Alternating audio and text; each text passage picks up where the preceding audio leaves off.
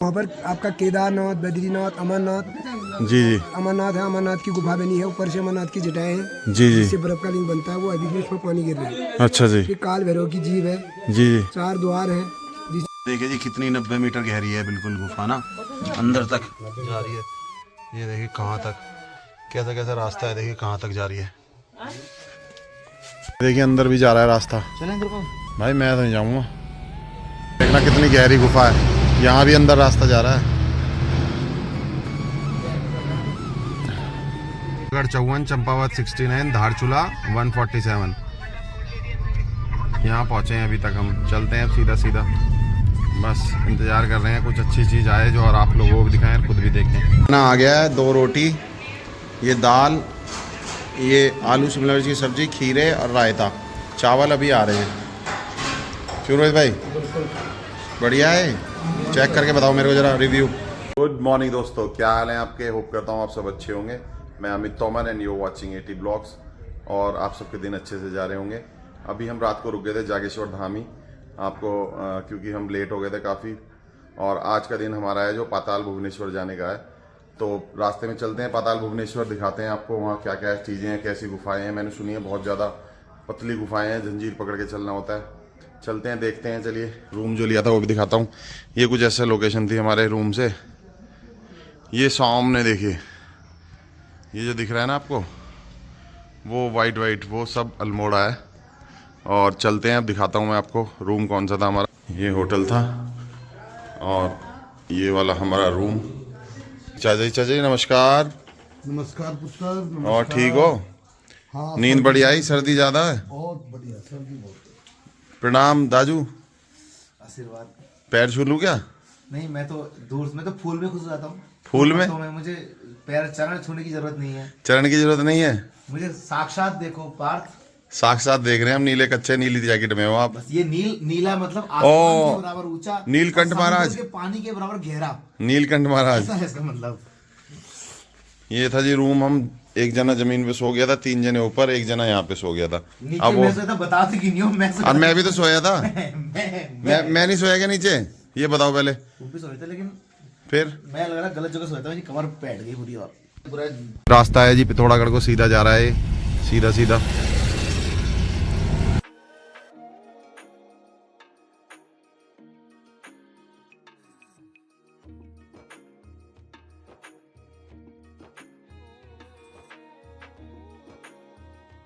पूरा रास्ता पेड़ों से घिरा हुआ है, पूरा का पूरा रास्ता।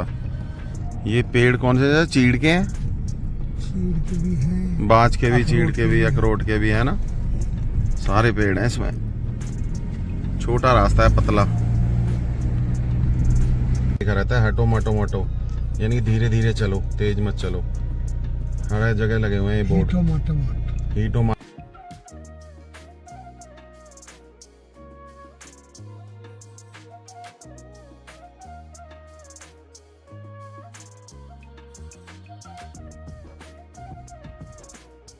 एक मंदिर भी पड़ता है, धोला देवी का ना, माता का मंदिर है, ऊपर है जाके। रास्ते में पड़ता है। हम लेट हो रहे हैं, चलते हैं सीधा आगे की तरफ। मंजिल कितनी दूर है? पाताल भुवनेश्वर 89 किलोमीटर। अब चलते हैं सीधा, ये रास्ता जा रहा है, सीधा चलते हैं, मिलते हैं आगे। जो ये चीज़ें आती रहेंगी, गाँव कुछ भी चीज़ें आपको दिखाते रहेंगे रास्ते में। चलते हैं सीधा।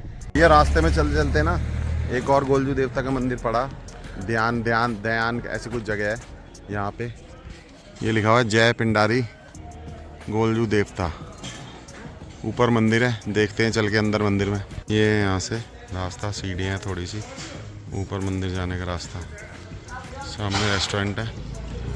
ये दनिया का बाजार है, दनिया अल्मोड़ा में ही पड़ता है क्षेत्र में, दनिया। और वो गोलजू देवता का जो मंदिर था वो भी इसी अल्मोड़ा के उसमें ही पड़ता है, दनिया में ही।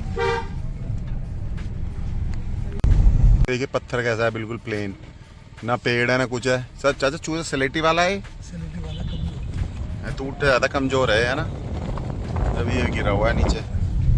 आगे भी 54, चंपावत 69, धारचूला 147।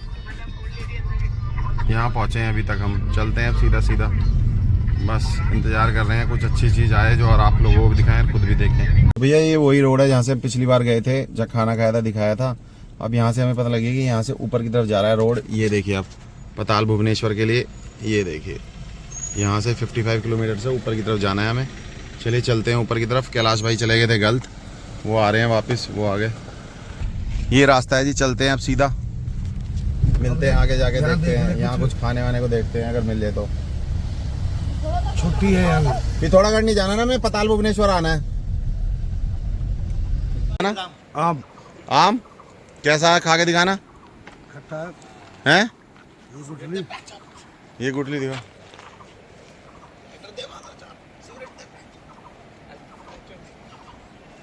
आज तो सुबह भैया ब्रेकफास्ट भी नहीं किया था, तो अब रुके हैं एक जगह ब्रेकफास्ट करने के लिए।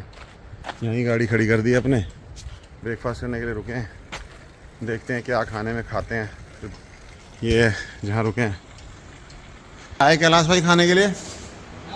खाने के लिए क्या है? तो लगा दो भैया, 5 थाली लगा दीजिए। 80 रुपये की थाली है जी। क्या क्या है थाली में? खाना है दाल चावल रोटी और सूखी सब्जी, चटनी भी है। और ये नदी कौन सी है भाई? आवाज़ देखो कितनी आ रही है, कितनी तेज पानी आ रहा है। खाना आ गया है, 2 रोटी, ये दाल, ये आलू शिमला मिर्च की सब्जी, खीरे और रायता। चावल अभी आ रहे हैं। क्यों रोहित भाई, बढ़िया है? चेक करके बताओ मेरे को ज़रा, रिव्यू बताओ जल्दी से। ऐसे नहीं, रोटी से खाओ, सब्जी चखो, सब्जी चखो, दाल चखो। कैसा है रायता? दाल बढ़िया है, एक नंबर। एक नंबर। चलो भैया खाते हैं। और कैलाश भाई खा रहे हो? चेक करा कुछ? चेक करो आप भी। चलो हम भी खाते हैं भैया। की ट्रॉफी भी रखी हुई है देखिए। बेल पत्थर लगे हुए हैं पेड़ पे, एक पत्ता नहीं है मगर 3-4 बेल पत्थर लगे हुए हैं। ये देखिए, एक तो ये रहा, एक ये रहा। भैया खाना वाना खा लिया है, अब चलते हैं सीधा पाताल भुवनेश्वर की तरफ। चाचा खाना कैसा था? खाना नंबर 1 था। आप तो ज़्यादा खा दिए मुझे लग रहा। अब सांस नहीं आ रहा। चाचा ज़्यादा खा गए हैं। और ये पता क्या करेंगे, थोड़ी देर बाद सो जाएंगे ये गाड़ी में, और घर्राटे लेंगे तेज तेज करके ऐसे। ओ यार, चलो ये जा रहे हैं हम सीधे सीधे। और क्या, सो गए? भी घर्राटे भी डालूंगा तुम्हारे जो ले रखे हैं मैंने, रिकॉर्ड कर रखे हैं। रास्ते में चलते चलते देखो कितनी गहरी गुफा मिली है, देखो अंदर जा रही है।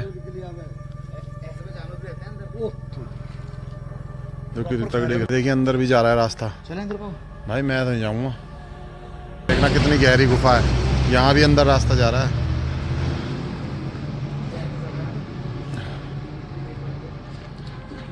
ये देखिए अंदर जा रही है गुफा, ये देखो अंदर तक देखो कितनी। 100% जानवर होंगे भाई। भैया ऐसा लग रहा है बिल्कुल जानवर 100% होंगे इसके अंदर। ये देखो ना कितनी खतरनाक, देखो ना कैसे जगह अंदर जा रहा है रास्ता। मैंने अंदर से देखी है, इधर गहरी है। ये देखो पाताल भुवनेश्वर जाने से पहले यहाँ मिल गई गुफा है। बिल्कुल नेचुरल गुफा बनी हुई है, बिल्कुल नेचुरल, ये नहीं कि कोई किसी ने बना रखी हो। चलिए चलते हैं आगे, देखते हैं आगे कुछ और मिलता है तो आपको दिखाते हैं। देखिए कितना बढ़िया बुग्याल आया रास्ते में चलते चलते, एक नंबर का चाचा है। देखिए इतनी ऊपर जाके कोई खुला मैदान सा होना बड़ा मुश्किल होता है। इतना खुला मैदान कहीं नहीं मिलता है चाचा, मिलता नहीं है ना कहीं, बहुत कम मिलते हैं। हाँ तो भैया हम पहुंच चुके हैं गलगोटिया। यहाँ से कोई पाताल भुवनेश्वर की रह गया है 8 किलोमीटर के आसपास। गलगोटी हाट पहुंच चुके हैं। यहाँ से 8 किलोमीटर रह गया है पाताल भुवनेश्वर। ऐसा है कुछ ये गलगोटी हाट। अभी दिखाते हैं, बाजार भी है यहाँ पे, मैंने अभी दूर से देखा था। पास चलते हैं दिखाते हैं। ये आ गए हम, ये देखिए इस पूरे स्ट्रेच में कम से कम 80 किलोमीटर के बाद अब एक पेट्रोल पंप पड़ेगा, जो हमने पता करा है। अगर किसी को यहाँ की तरफ आना हो तो ये ध्यान रखिए कि 80-90 किलोमीटर तक कोई पेट्रोल पंप नहीं है, और पेट्रोल सीधा यहीं मिलेगा इस गलगोटी हाट में। देखिए ये रहा पेट्रोल पंप, रोड पे ही पड़ेगा। तो भाइयों आ गए हैं भुवनेश्वर गांव में, जहाँ की पाताल भुवनेश्वर गुफा है। चलते हैं गुफा के अंदर, देखते हैं किधर की तरफ है। ये भुवनेश्वर गांव है जो आप देख रहे हैं। अभी मैंने पढ़ा भुवनेश्वर गांव लिखा हुआ था, तो पाताल भुवनेश्वर यानी कि वो गुफा पाताल में है ना, नीचे जाके है थोड़ा, तो इसलिए पाताल भुवनेश्वर इसका गुफा का नाम है। तो भैया आ गए हैं हम पाताल भुवनेश्वर, जो जगह है गुफा टेम्पल जो है नीचे। अब चलते हैं, यहाँ ऐसे बाजार है एक छोटा सा, अब यहीं से रास्ता है नीचे जाने का। ये आ गए हमारे साथ के भी, आजा। है जाने का रास्ता गुफा में, ये लिखा हुआ। चलो कुछ ही तो ये नीचे से ऊपर से नीचे आए हैं हम, नीचे सीधा रास्ता जा रहा है, देखिए। अब देखते हैं कहाँ से है रास्ता, अंदर चल रहे हैं धीरे धीरे। चाचा आराम से। पाताल भुवनेश्वर गुफा का बारे में बताते हैं कि 1191 में ना शंकराचार्य ने इस गुफा का खोज की और पांडवों ने इसका निर्माण किया था। और इसमें इस अंदर जैसे इंद्रदेव के जो हाथी था ऐरावत, उसकी है तस्वीर, शिव जी के बालों की है, मूर्तियाँ कलाकृतियाँ बनी हुई हैं, और बहुत सी देवी देवताओं की तस्वीरें हैं जो अंदर जाके हम देखते हैं और आप लोगों को भी दिखाते हैं। यहाँ से रास्ता है कुछ। चाचा क्या हो गया आपके? वो पेड़ था ना, बिच्छू घास पकड़ ली यार, फिर दोबारा यार तीसरी बार पकड़ी है इस टूर पे। तीसरी दफा हुआ। एक बार तो बैठ गए बिच्छू घास पे। जगह जगह रास्ते में निर्माण कार्य हो रहा है, नए नए रेस्टोरेंट या रहने के लिए बन रहा है। तो भैया हम पहुंच गए हैं पाताल भुवनेश्वर के एंट्री गेट पर गुफा के। यहाँ से ही एंट्री होगी कहीं जाने की। चलिए चलते हैं अंदर। अंदर तो शायद कैमरा ले जाना अलाउड नहीं है, पता नहीं। और ये और बताया है अभी कि यहाँ से तीनों केदारनाथ जी, अमरनाथ जी और बद्रीनाथ जी तीनों के दर्शन होते हैं नीचे जाके। और मैंने ये भी सुना है कि नीचे से इस तीनों के लिए रास्ता भी जा रहा है। गुफा बहुत बड़ी है, नीचे से खुल के उसके तीनों का रास्ता भी जा रहा है। चलिए चलते हैं अंदर। ये कुछ ऐसा है, ये देखिए छोटी छोटी गुफाएं भी बनी हुई हैं बहुत सारी। हाँ ये देखिए। तो भैया बहुत ही ज़्यादा इच्छा थी यहाँ आने की, आज पहुँच गए हैं बड़ी मुश्किल से, कैसे ना कैसे करके पहुँच ही गए हैं चाचा। शहर में घुसते ही ये बोर्ड लगा हुआ है, ये ऐसा कुछ मंदिर है। यहाँ लोग वक्त बैठे हुए हैं जो दर्शन करके आ गए, ये जाएंगे शायद करने के लिए। जय भोलेनाथ। ये रिसेप्शन है, किसी को भी कुछ पता करना हो। और रिस्ट्रिक्शंस लिखी गई हैं यहाँ पे, नाम वाम लिखना अलाउड नहीं है, गुफा में चिल्लाना अलाउड नहीं है। नहीं है ना अंदर।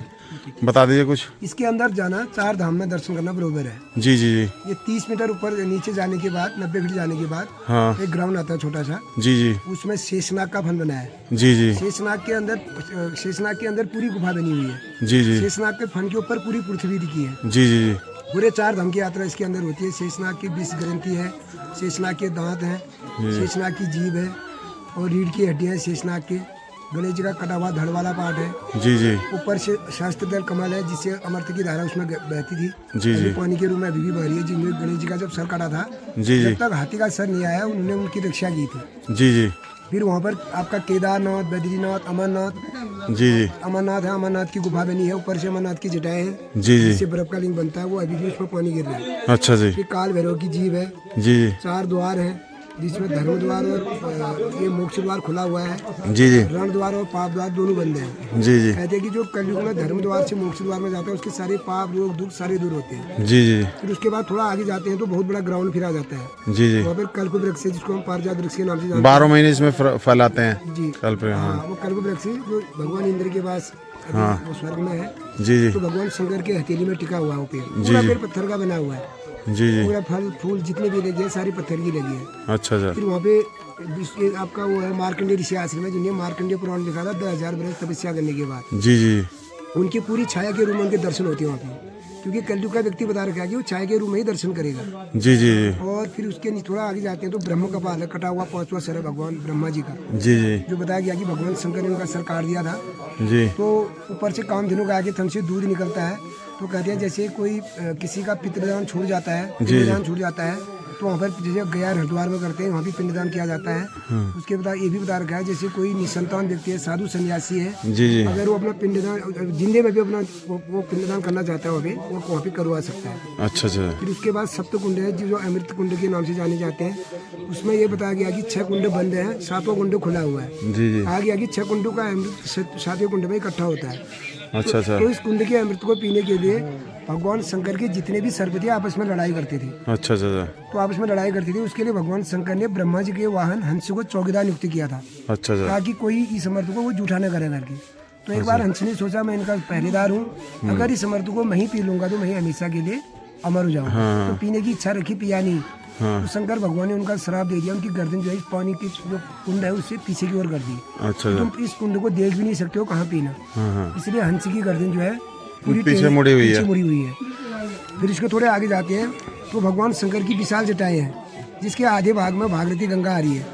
अच्छा। और नीचे 33 कोटि देवी देवता है, जितने भी हमारे हिंदू के देवी देवता है, सारे पिंड के रूप में भगवान शंकर की आराधना कर रहे हैं जी और जी। गंगा जल के नीचे स्नान कर रहे हैं। अच्छा। उन्हीं के बीच में भगवान शंकर का नर्मदेश्वर महादेव का रूप है, जी जिनका आधा भाग सूखा आधा भाग गीला है। जी। तो सूखे वाले भाग में बताया गया कि जितना भी पानी उनके ऊपर ड्रॉप होता है उतना पानी को ऑब्जर्व कर लेते हैं, सोख लेते हैं। अच्छा अच्छा। फिर वहीं पर विश्वकर्मा जी का हाथ है। विश्वकर्मा जो भगवान के समय के इंजीनियर थे, जी जी। जिन्होंने भगवान के पांडवों के लिए वहाँ पर एक कुंड बनाया गया था। उन्हें कुंड बनाया था जो पांडव जिसमें से जल पीते थे, वो जी, गंगा जी। जल वहाँ पे रुका रहता था। जी जी। वहीं के बगल में नंदी है जो शंकर जी का वाहन है। जी राजा भगीरथ की मूर्ति बनी है जो भागती गंगा को धरती पे लाए थे। जी जी। थोड़ा आगे जाने के बाद जो है मैन शिव शक्ति है, जहाँ पे त्रिलिंगम में ब्रह्मा विष्णु शंकर जी के 3 लिंग स्थापित हैं, अच्छा अच्छा। जिनके बारे में बताया गया कि तीनों लिंग 6 तल नीचे से उत्पन्न है। पाताल 7वें तल में है, उसके नीचे 6 तल और बताए गए हैं। जब वो तीनों लिंग उत्पन्न हुए तो प्रकाशवान लिंग थे वो, उसके साथ अग्नि की ज्वाला भी उत्पन्न हुई थी। बताया गया है वो एक जटा में भी ऊपर भी 3 लिंग बनी है उसी के ऊपर। अच्छा अच्छा। तो बताया गया कि तीनों लिंग का पानी बारी बारी से ब्रह्मा विष्णु शंकर जी में गिरता रहता है। कभी रुकता नहीं है वो 12 महीने। 12 महीने। और उसी में दीवारों में 3 मूर्तियां, ब्रह्मा जी की भी, विष्णु जी की भी, शंकर जी की भी। ब्रह्मा विष्णु जी में पानी का अभिषेक हो रहा है, लेकिन विष्णु और शंकर जी में पानी का अभिषेक हो रहा है, ब्रह्मा जी में पानी का अभिषेक नहीं हो रहा है। जो उनको श्राप था कि आपको मूर्ति रूप में नहीं पूजा जाएगा, तो उनकी जटाओं से पानी आ रहा है, विष्णु और शंकर जी में गिर रहा है, ब्रह्मा की जटा से पानी नहीं आ रहा, ब्रह्मा जी में पानी का अभिषेक नहीं हो रहा। अच्छा अच्छा। तो वहाँ पर कहते हैं कि ब्रह्मा विष्णु शंकर जी के लिंग के रूप में पूजा करने से 21 कुल का उद्धार होता है। उसके अलावा विश्व के अंदर आप कहीं पर भी चले जाओ, तीनों के एक साल लिंग के रूप में पूजा नहीं होती है और नहीं नेचुरली पानी का अभिषेक होता है। हाँ जी हाँ जी। उनकी पूजा करने से बताया गया है हाँ जी, कि वहाँ पे तीनों भगवान विद्यमान है, ब्रह्मा जी भी, विष्णु जी भी, शंकर जी भी। माँ पार्वती वहाँ पे नहीं है उनके साथ, केवल तीनों भगवान है जिन्होंने सृष्टि की रचना की है, जो इसके पालनहार है। अच्छा। तो इसके बारे में बताया, जो वहाँ पर कॉपर प्लेट है जिसके बारे में बताया गया है कि जगत गुरु शंकराचार्य जी जब अपनी कैलाश यात्रा में आए थे, जब हिंदू धर्म का पतन हो रहा था, उन्होंने अपने मंत्रों द्वारा पहले जो अग्नि की ज्वाला उत्पन्न हुई थी उसको मंत्रों द्वारा शांत किया। अच्छा अच्छा। कॉपर प्लेट से तीनों लिंग को उन्हें मंत्रों द्वारा सिटी पीट करके क्लिक कर दिया, ढक दिया, अच्छा ताकि कलयुग का व्यक्ति भी यहाँ पे पूजा अर्चना कर सके, अपनी मन्नतें मांग सके। अच्छा। उसके बाद ही उसके अंदर पूजा अर्चना शुरू हुई, लोगों का आना जाना शुरू हुआ। और उसके नीचे एक थोड़ी सी गुफा जाती है जिसका लिंक बताया गया कि काशी विश्वनाथ तक है। अच्छा अच्छा। काशी बनारस तक गुफा जाती है। उसके ऊपर जो पांडव वाली गुफा है नगला है, अरे वो हाँ जी। उसके ऊपर एक गुफा जाती है जिसका लिंक है सीधे, जब 5 भाई पांडवों ने चौपड़ खेला तो चौपड़ में जब वो हार गए थे तो उसी गुफा से युधिष्ठिर स्वर्ग गए थे। 4 भाई और द्रौपदी बद्रीनाथ निकले थे। जी जी। जहाँ बद्रीनाथ का लास्ट गाँव है माणा गाँव, माणा वहाँ से उन्हें अपना शरीर त्यागा था स्वर्गारोहिणी की तरफ। जी, स्वर्गारोहिणी की तरफ। तो वहीं से वो गुफा अभी कलयुग में बंद हो गई है, उसका बाहर भी कहीं सुरंग नहीं है। अच्छा तो वहाँ से जब वो वापस आते हैं तो एक छोटा सा मंच बनाया जिसमें 4 लिंग है। जी। सबसे बड़ा लिंग जो है वो कलयुग है, उसके बगल में सतयुग है, बगल में त्रेता है, नीचे द्वापर है। तो बताते हैं कि इस कलयुग की ग्रोथ होती रहती है, बढ़ता रहता है। जिस दिन वो बढ़ते बढ़ते अपने समांतर की नोक को टच करेगा, ऊपर नोक बनी है, तो उस दिन पूरी सृष्टि का अंत हो जाएगा। उसके बारे में बताते हैं कि जैसे जैसे लोगों के धर्म के प्रति आस्था कम होती रहेगी, उसका बढ़ना और भी तेज होते रहेगा। नहीं तो उसको टच होने में हजारों साल भी लग सकते हैं, एक पल में भी ऊपर टच हो सकता है। जी। तो कलयुग समाप्त होती है, पृथ्वी पहले हो जाएगी, फिर सतयुग शुरू हो जाएगा, फिर त्रेता आएगा, फिर द्वापर आएगा, वो चक्र भी दोबारा चलता रहेगा जैसे चल रहा है। जी जी जी। उसी के अंदर से गुफा बताई गई है जिसका लिंक बताया गया सेतु बंधु रामेश्वरम, जो दक्षिण भारत में है। जी जी। जहाँ भगवान रामचंद्र जी ने जब लंका में चढ़ाई की थी तो नन्ही द्वारा सेतु बांधा गया था, बहुत इसकी सुरंग है, लेकिन कलयुग में सारी गुफाएं बंद है। जी जैसे ही सतयुग शुरू होगा सारी गुफाएं अपने आप ही खुल जाएगी। फिर वापस वहीं पर आते हैं जहाँ पर शेषनाग है, उसके बगल में ऐरावत हाथी है जो भगवान इंद्र का वाहन था, श्वेत हाथी था, जो हवा में भी उड़ता था, जल में भी तैरता था, थल में भी चलता था। उसके 1000 पैर दिखा रखे हैं यहाँ पे भी दिखाते के हैं। अंदर 1000 पैर दिखा रखे हैं। जी जी 7 सूंड थे उनके, 7 माथा, जिसमें से एक सूंड दिखा रखी है, एक माथा दिखा रखा है। जी और उनके 1000 पाँव में भगवान शंकर का मनोकामना कमंडल दिखा रखा है। इसके बारे में बताते हैं कि लोग पाताल के दर्शन करने के बाद भगवान शंकर के कमंडल में हाथ जोड़ के अपनी कोई भी मनोकामनाएं मांग सकते हैं। कहते हैं कि उनकी मनोकामनाएं भगवान शंकर घर बैठे ही पूरी करते हैं। धन्यवाद जी। तो ये पंडित जी ने हमें बताया बहुत ही अच्छी चीज़ यहाँ, और जानकर बड़ी प्रसन्नता हुई हर चीज़ को। चलिए देखते हैं, अंदर चलते हैं। ये आ रहे हैं लोग बाग यहाँ से निकल के, देखिए रास्ता कितना खतरनाक रास्ता है जाने का। देखिए देखिए जी कितनी 90 मीटर गहरी है बिल्कुल गुफा ना, अंदर तक जा रही है। ये देखिए कहाँ तक, कैसा कैसा रास्ता है, देखिए कहाँ तक जा रही है। पकड़ लूं। हाँ हाँ नहीं थैंक यू। आप पीछे से भी कर दी चलो। तो भैया नीचे बहुत गहरी गुफा है यार कैलाश भाई। अच्छा आराम से संभल के पकड़ के, बस ये जो ये है ना, उनको पकड़ के जाना। हाँ बस उल्टा तो पीछे दिखाई नहीं दे रहा। बस बस बस ज़्यादा नहीं, पब्लिक आ रही है। हाँ बस यहीं से बोलना स्टार्ट कर दो। बहुत गहरी है गुफा तो। ये तो कैसे जाएंगे, कैसे आएंगे समझ नहीं आ रहा। देख रहा